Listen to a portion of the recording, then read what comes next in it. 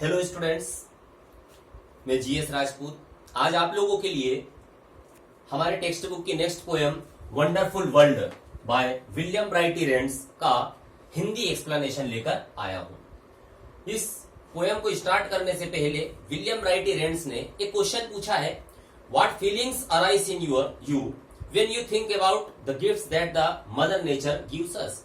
जब माँ प्रकृति ने हमको जो गिफ्ट्स दिए हैं, जो तोहफे दिए हैं, उनके बारे में जब आप सोचते हैं तब आपके मन में कौन सी भावनाएं उत्पन्न होती हैं। इस क्वेश्चन का आंसर पूरे एक्सप्लेनेशन को जानने के बाद हम लोग करेंगे।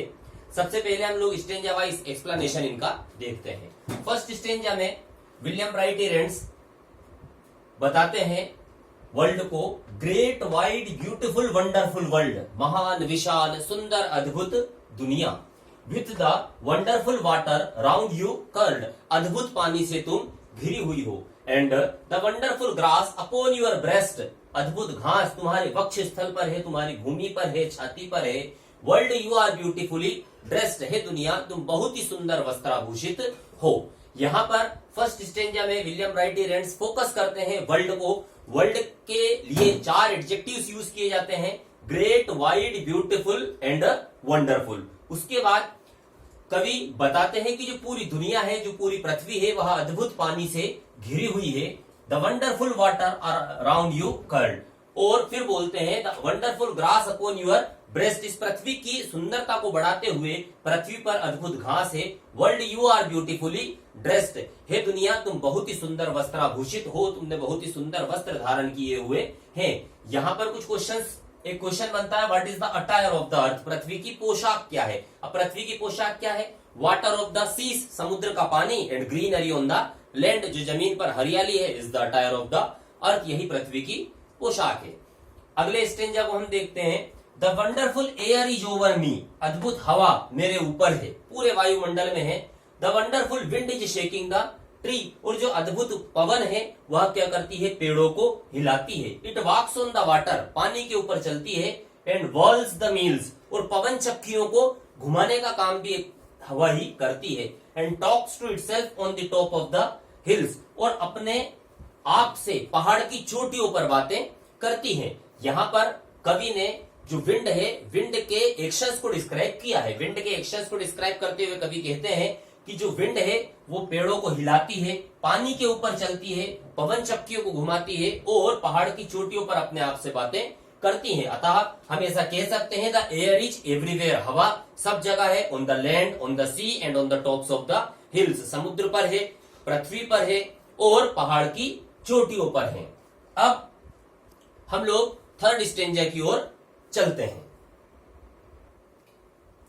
पोयम के थर्ड स्टेंजा में विलियम राइट रेंड्स पृथ्वी के बारे में बताते हैं कि पृथ्वी हम लोगों के साथ किस प्रकार का व्यवहार करती है, हम लोगों के लिए क्या क्या व्यवस्थाएं करती हैं।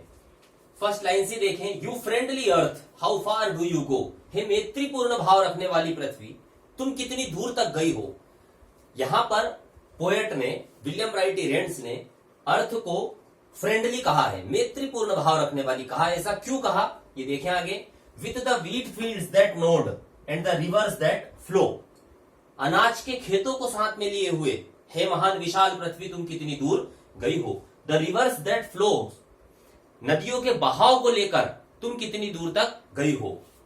विद सिटीज एंड गार्डन्स, शहरों को साथ में लेकर, बगीचों को साथ में लेकर, एंड क्लिफ्स एंड आइसेस, द्वीपों को साथ में लेकर, चट्टानों को साथ में लेकर, हे महान विशाल पृथ्वी तुम कहां तक गई हो। And people upon you for thousands of meals, और हजारों मीलों तक लोग तुम्हारे ऊपर हैं। यहां पर अर्थ को जो पोएट हैं वो फ्रेंडली बोलते हैं। वो इसलिए बोलते हैं क्योंकि जो अर्थ है हमको हर एक आवश्यकमंद चीज यहां पर रहने के लिए देती है।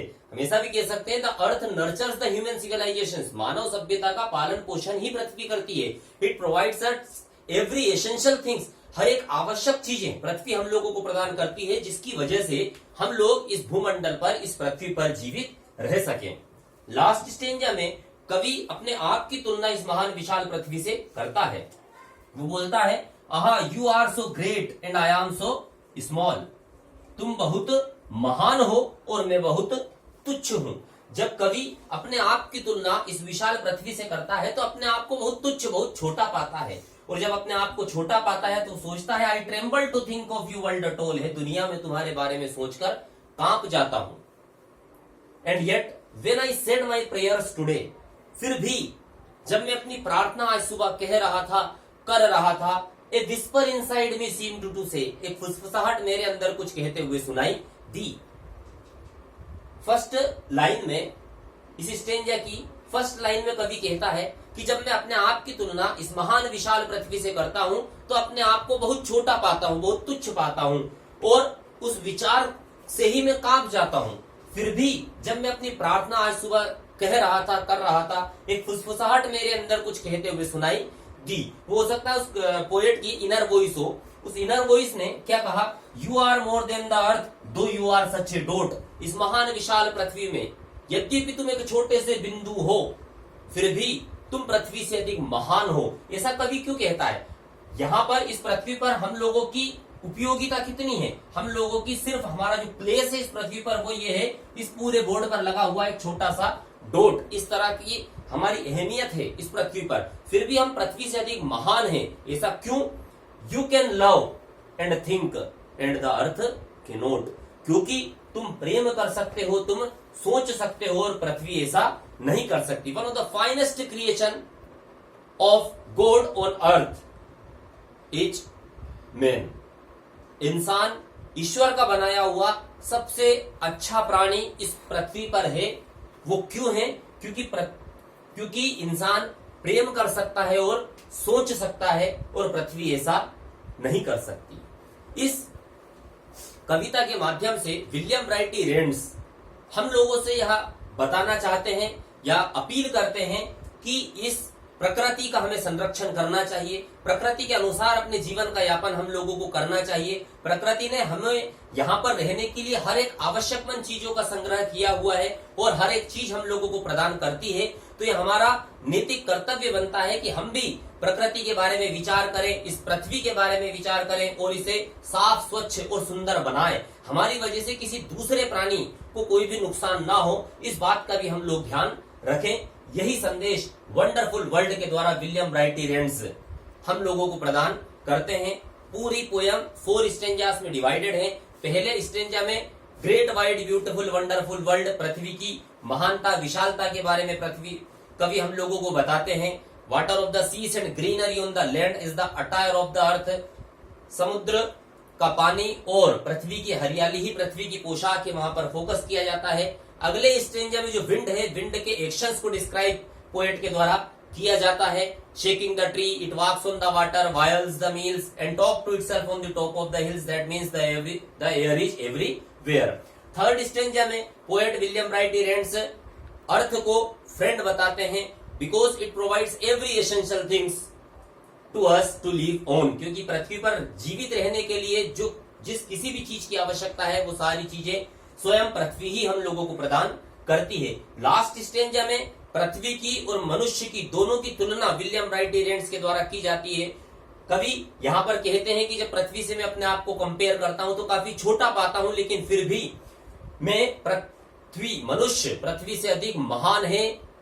क्यों है? उसके पीछे कारण एकमात्र देता है, क्योंकि इंसान ही एकमात्र प्राणी है जो प्रेम कर सकता है और सोच सकता है। इसके अतिरिक्त इस भूमंडल पर कोई भी ऐसा प्राणी नहीं है जो प्रेम भी कर सकता हो और सोच भी सकता हो। इसलिए हम मनुष्य हैं और हमारा यह पहला कर्तव्य बनता है कि यदि हम फाइनेस्ट क्रिएचर हैं इस पृथ्वी के, तो ये हमारी मोस्ट रेस्पॉन्सिबिलिटी ये है कि हम भी इस नेचर के बारे में, अर्थ के बारे में सोचें, समझें और उसे संरक्षित करने में अपनी ओर से प्रयास करें।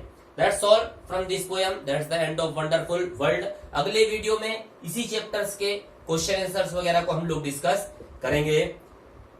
Thank you very much.